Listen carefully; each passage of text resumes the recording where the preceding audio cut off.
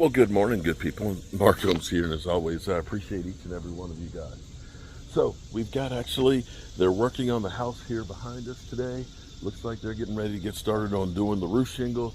And you can see my man is carrying those up here right now. This is the thing that you want to do as fast as possible is get the house weather tight. Because if you end up having a whole bunch of rain and everything else, when you start getting all that moisture and stuff on the OSB, it ends up, of course, delaminating. And a lot of times we've seen people when they bought new houses and, they had problems with the subfloorings, not level and even and things like that. With the materials that we have today, there's different grades of OSB. There's the cheaper version of the 3/4 inch that is like $22, $25 a sheet. Then there's the premium, which actually has an extra resin in there, which enables it to get a little bit wet for a little bit of time and not delaminate. If you end up using the cheaper one, and when you start thinking about buying thousands of sheets, if you're talking about $5 a sheet, it starts to add up. And if you end up doing a whole track of houses at one time, and you end up all of a sudden having a money issue and the property sit there for some length of time while it's waiting to be built, then you could have problems because the materials are exposed. These guys, this is the starting of the third week since they started framing it. And we've only had 2 days where we've actually gotten rain. So the great thing about this house is it hasn't gotten a lot of moisture and stuff in there where it's been able to soak up into there to create problems that'll come out later on. And the fact that they were fortunate enough that when they framed it up and then they came in on Thursday and ended up putting the roof on here, we got a gully washer last night. I mean, it rained like crazy. In fact, the grass looks like it grew a couple inches since last night. It's still soaking wet. Had they not gotten the tar paper on Friday, all that water would have been sitting in there, soaking up into the subflooring and stuff. So they're doing a great job with this house, although I still don't see them putting the ice damming membrane on here that should have gone through in the eaves and stuff in there to give you an extra layer of protection. But they'll have, I'm sure, this roof on early afternoon. Alrighty, so they're starting the process of at least getting started on the roof. And let's see if I can, oh no, I can't zoom up from here. Actually, so you can see they've got the shingles, they're putting those up at the peak. That way they'll go ahead and open them up and they'll bring them down so that way they're not walking across them. What you'll see right here, see that white piece right there? That is actually a drip edge, and those are actually really, really important because what those will do is, one, it'll lock down the tar paper or the synthetic tar paper that's on there, but two, it makes the water stay off of the edge of the OSB. Now, they should be going around all of the edges around there. Now, that's one of those things that not everybody always does, but because basically that's an added expense because each one of those, depending on where you buy them, if you buy them at like Home Depot, they're like $8 a piece, but a roofing supplier, they'll be about $6 a piece and they're about 10 foot long.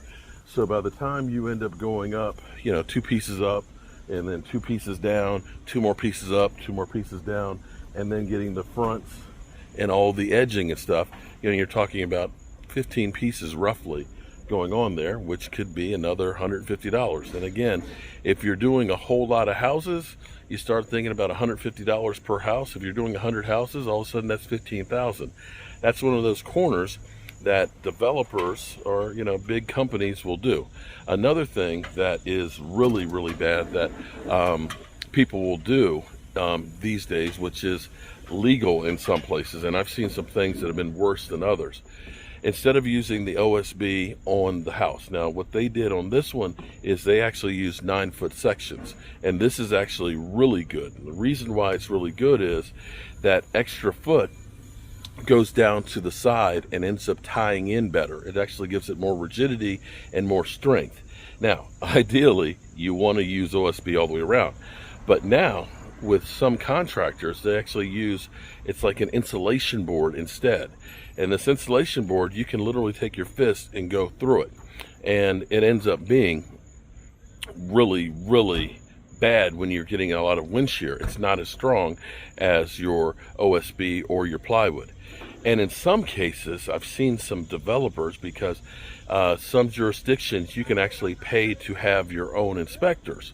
And when you're building multiple houses and you're getting paid to be the inspector, what's happened a lot of times is they've gone through and they've just put house wrap on the studs. Let me say again, they put house wrap on the studs and put the siding directly on top of it. So there's no lateral strength in there. And this is where you start seeing some of these problems that people are having with new homes. You think it's a new home, so it's going to be great. Not necessarily. Now again, they've been going through, there's very few things that I can see that would say I would do differently, other than using my ice damming materials in the crickets and on the front edges. But other than that, everything on this house has been going really, really well. All right, so they're beginning to put the shingles onto the roof. Now, here's the thing that is key to everything on here is getting the cricket, okay? If you've actually watched where we did, I did some videos last year where we replaced a roof on one of my properties where we had multiple crickets in there. The key on this, and let me flip this around and we can actually zoom in a little bit here. Let's see, is getting that cricket, that valley. And so what you need to do is you need to have the shingle come over here and then the next one go over lap of it. So that way all that water will roll right on down through there. And we can see how they're coming across. And the other part of this is, now, typically you like to put a metal flashing down in that valley. And what you want to make sure you do not do is within about a foot of the valley, you don't want to put any nails in there, because that's where the water will be able to back up. So let's see how they're crisscrossing. Well, you can actually see how they're crisscrossing. We'll watch here a little bit more. So he's going to come across with those. Now he's going to work his way up. But what he should be doing is, when they come across with this row, is you'll put this one down, and then you'll go the opposite on top of it, and no nails in the valley. And that is key, because you want that water to keep on rolling. The main thing you always want to remember about everything as far as construction goes is water always goes downhill, and especially if you're doing plumbing. And it's going to take the least path of resistance. So if there's a hole or a nail hole that's in there that's exposed, it's going to find it and go right on down through there. Now we're going, having two sets of crews over here, one on this side, one on the other side. They'll have this put up here in no time at all.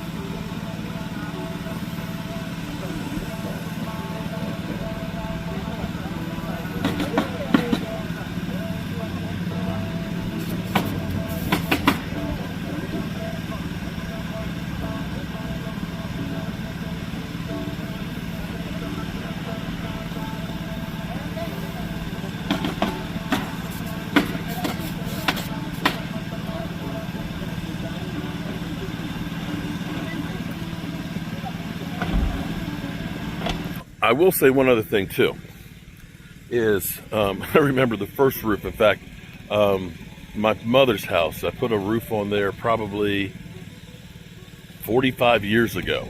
Shingles are still there. There is, of course, some moss that's growing on it, and it's a very steep garage roof. Back in the day, actually having a hammer and nails, that you want to put a roof on, put a roof on with a hammer and nails these days. I have roofing nail guns that work for the compressor, which are great, but still having the hose is still a pain in the ass. I have bought myself a DeWalt roofing nail gun, and it works just as good as the compressor ones. I absolutely positively love it. You're not listening to the compressor because you can hear it running right now, right? And if you're on a job site where you don't have electricity, then you're going to have a gasoline generator that's going to power it, or you're going to have a gasoline compressor to go. Having those nail guns with that are battery powered are fantastic. Now, here's what I will say. I have a framing nail gun that's a DeWalt one as well that I like a lot, with the exception of a couple of things. One, the magazine doesn't hold a lot of nails, so you're reloading it quite a bit, and it doesn't recover. You can't go quite as fast as you do with the compressor one, but it's still a whole lot easier than having to carry around that hose and listen to that damn compressor all day. And they are rocking and rolling. You see they're going the valley right on across there. It looks really, really good. Great job with putting this roof on. And getting to be about 3 o'clock in the afternoon. They knock off usually about 5 o'clock, because they'll probably be finished for the most part with this side. Now, I don't see a ridge vent at the top, so I'm curious to see if they're going to cut the ridge venting at the top and put it on there or not, or if they're going to put heat vents instead. Boy, they knocked that thing out. So they have the shingles up on both sides. Now, I don't see a ridge vent up there yet, but I also don't see the roof cap on it either. But they're definitely doing a great job on there. My only question is, see, here's what you have to understand is the way things work. It's great to have a high-pitched roof because hot air rises. And so what you have is you have the soffits that are open so that way the air can breathe. Now, actually, now that I think about it, the back probably is open because they put all the sheathing on first and then they framed up the front gable. So the air movement is going to have to come up from the back soffits. But what you have is you have the air that's outside, and even when it's 95 degrees outside, that air is cooler than what is in your attic. And so what happens is that air comes in from the outside and it rises, and you rise and exit the top of it. Now, it could be that they've put exhaust vent on the back roof of it. It could be that they're going to put gable vents on here, but somehow, some way, they need to make sure that that's vented so that way the heat will go through. Which is why I'm looking at putting on the, oh lordy, I can't think of what you call, the cupola on top of this. Because the cupola is that little box that has the venting on it, that allows that heat to rise up and continue to pull through, and then it brings in the cooler air from the outside. So you've got a natural convection that helps to keep a place cool.